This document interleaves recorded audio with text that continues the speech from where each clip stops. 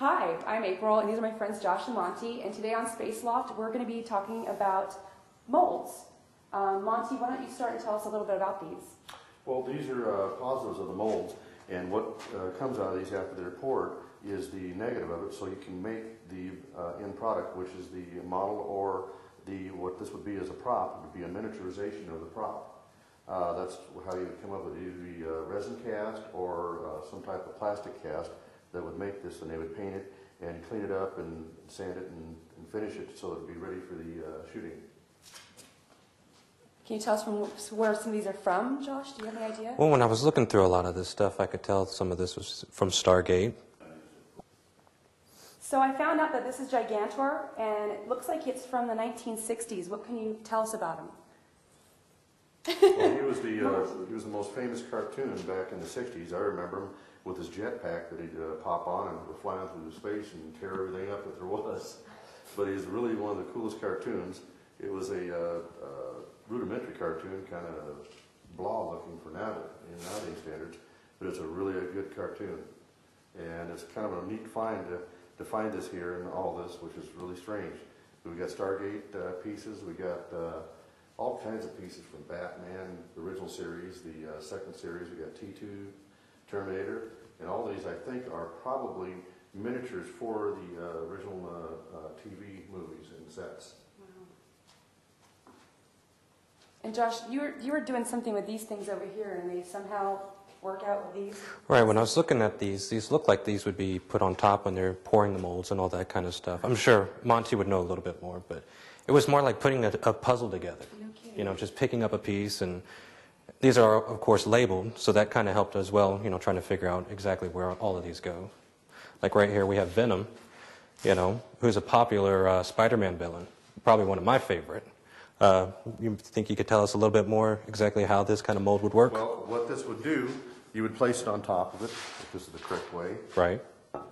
Which was this, and well, anyways, you place it on top of it, and you pour probably a resin cast into it until it oozes out the sides of it and out the top of it, and it would just ooze. Or you go ahead and tape this so it stay put, but all the air bubbles will come out through the top and sides.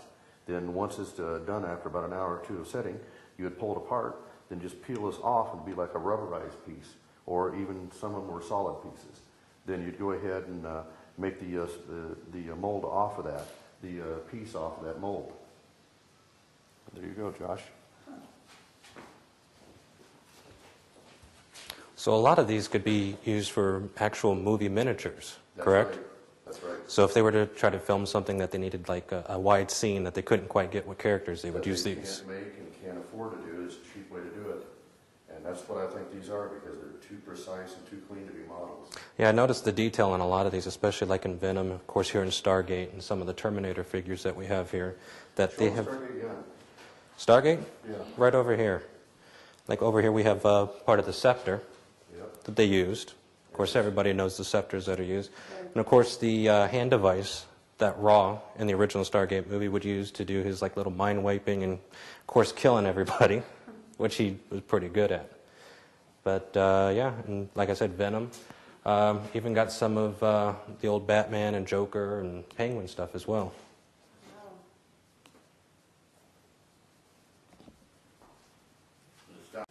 So Josh, where did all these molds come from? We actually acquired these from a loft sale in the art district in Los Angeles. Really? Very cool. Monty, is there anything more you can tell us about some of these molds? We're finding out that these are, some of them are toys, look like they're set up for being kids' toys.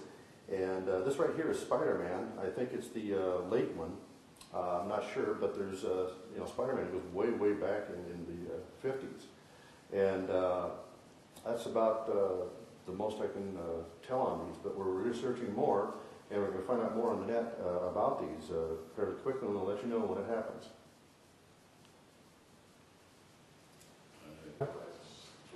Like you can see the hand devices and the jewelry and all that kind of stuff. It's so fun. It looks so intricate and so precise. Mm-hmm. Wish we could figure out what this guy's from, though. He looks like you can see his skin and, you know, flesh and bone. It looks like almost looks like something maybe from Star Wars or Star Trek even. Maybe.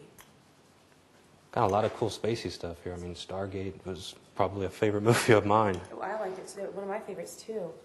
So you think they started out with like a clay, model of it, and then just used a fine, point of some sort, and just hand did everything? Probably, and then they just kind of cast it into a harder one just to kind of keep it solid. It's But amazing. the detail is just incredible. It really is. You really don't think about what goes into, making molds for toys or for the movies. Yeah. You kind of forget it. You just watch the final product. You really don't see what goes into the making of it. Like when you first glance at the scepter from Stargate, you almost think okay, that could be all smooth, but when you get it on camera, you really need those kind of scratches and indents and stuff like that, which I find really cool. What were you saying about this piece over here? I thought that was really cool because there's like multiple pieces in one mold. Oh yeah, well you got the head, of course you got the hand right there, then you got the top part of the mouth. The lower jaw, and of course one side of the tongue, which a lot of people will probably miss. I didn't even notice that. So it's like it just all goes together like a puzzle then. Mm-hmm, pretty much. Very cool. Well, like on here, of course, you got the little indent right here. So if you put the lower torso on it, you just kind of slide that in, but like the detail on his back with the symbol. You can see all the muscles, and it's really detailed. The veins, it's just amazing. And the creases in the clothes. No kidding. I mean, it must take hours to put something like this together. Days. Some really cool stuff. So where are we going to go next week? Next week, take you down to the Mojave Spaceport. Show you a little bit more of the spaceships and everything else that they got. Yeah, they're actually building a lot out there. Like Sir Richard Branson with Spaceship One. Next time on Space Loft, we'll be right over there at the Mojave Air and Spaceport. We'll see you then.